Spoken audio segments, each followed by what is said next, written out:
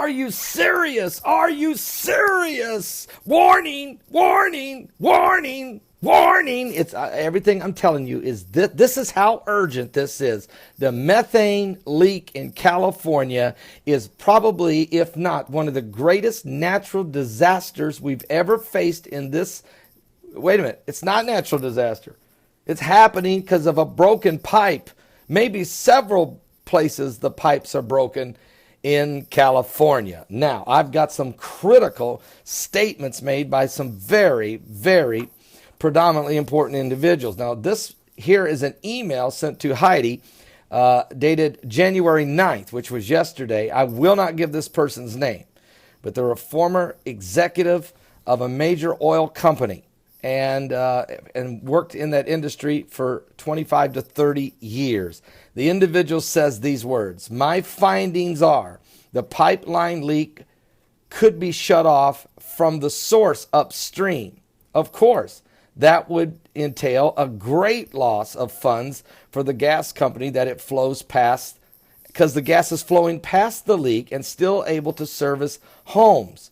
The danger of the benzines and the other toxic chemicals mixed in with the methane is not just toxic to the lungs and the flesh. It's acidic and very corrosive. It will attack flesh as well as metal. This is a horrible game played out by the elitist. From here, one can only point the finger at the gas company and the EPA. Someone is allowing it to continue to flow.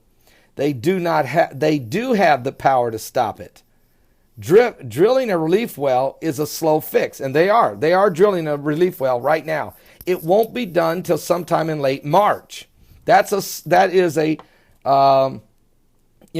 very slow fix. I don't see where they have called in the world's experts to blow out prevention. Boots and Coots as well. Why don't they call in the experts? Now, that's what his response is. Now, let me tell you what some other response. There was a town hall meeting held in the Porter Ranch Town Hall meeting in California. A man by the name of Rex Paris, an attorney, stood up and said these words: it's the most massive gas well blowout in a populated area in history. This has never happened before in a populated area.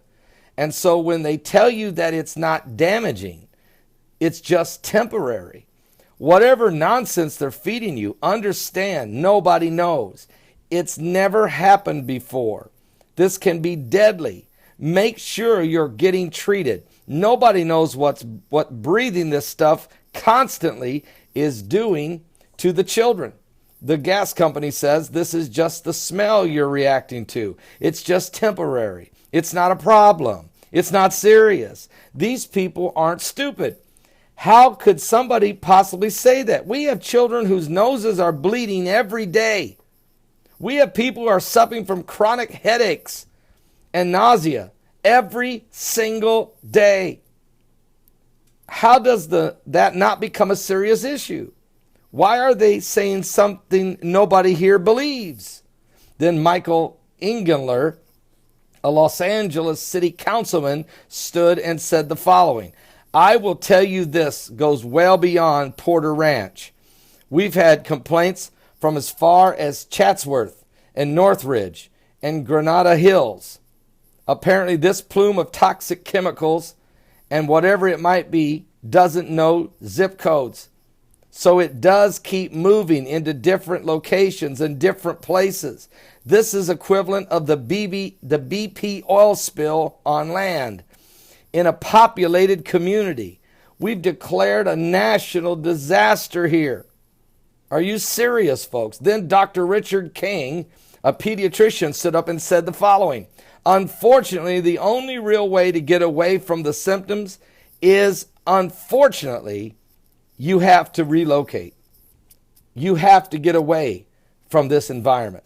And then Dr. Brooks Michaels, a physician, stood up and said the following: the defense is capitalizing on the comment that it's all in your head. let me make this clarify it a little bit for you. It is in your head and in your ears. It's in your nose. It's in your throat. It's in your chest. We're seeing asthma cases increasing. We've seen people who are using inhalers more often, primarily a lot of respiratory problems. If you have a chance to leave, if you're able to leave, if you have a chance to relocate, do it now, said the doctor. I'm telling you, it's really critical. It's what we don't know more than what we do know. A lot of information will be coming out soon about what the chemical carbons are that are so volatile. It's unbelievable when you see the quality that's there, that's coming out. The quantity, excuse me. Are you serious? I'm starting to choke even from whatever's flowing out of California. And what I see is the field is in effect, primarily people's breathing. And then Dr. David Smith, a veterinarian, stood and said these words: I have seen dozens of cases of pets being ill or becoming ill. I do believe it's related to the exposure to the gas. I've seen dogs, cats, birds, pockets of pets. The primary symptoms I've seen is gastrointestinal vomiting. Once dog actually had the vomiting, not a good thing. Respiratory problems among the pets. In other words, folks, this thing is getting worse. It's equivalent to the BP oil spill down in the Gulf of Mexico back in 2010 that flowed and flowed and flowed forever before it was finally stopped. And the impact on the marine life there is still devastating to this day. This, though, is gas, methane gas, filled with all types of toxics and corrosiveness that's affecting not only the environment, but you, the individual. And so we need to pray for California like we've never, ever prayed before. It is unbelievable what's going on there in California. Now, we are going to have a expert in the oil and gas drilling industry. We're going to have an expert on our live broadcast on Wednesday. We'll tell you more about that.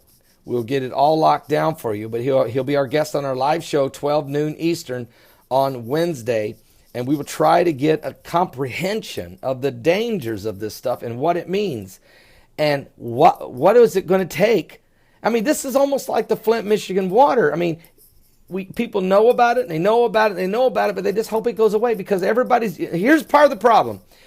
America is been so afraid to do anything because of litigation. Everybody is afraid to take responsibility and fix something because they're afraid of the devastation of litigation.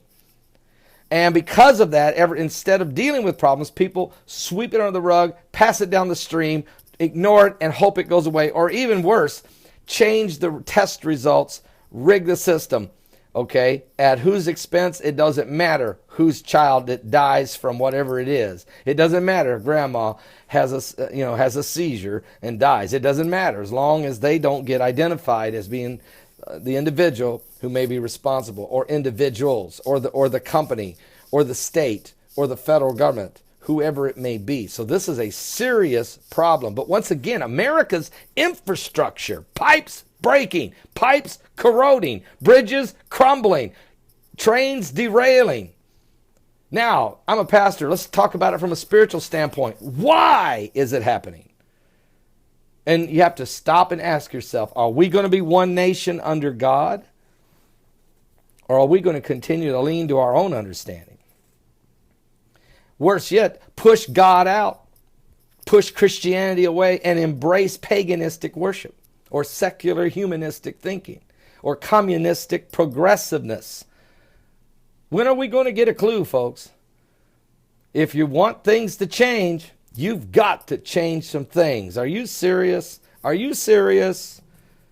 Give your life to Jesus Christ. Oh, it's going to get way worse. Oh, this is just the beginning of sorrows. America is being cursed. Remember how we treat Israel. The Lord will bless them that bless Israel, but he will curse them who curse them. It's not you, it's not me, but it is those that are in charge. And if those in charge, if our leaders continue to walk disobediently to God and defiant to his own people, the consequences are devastating. Give your life to Jesus Christ. We're in the last days.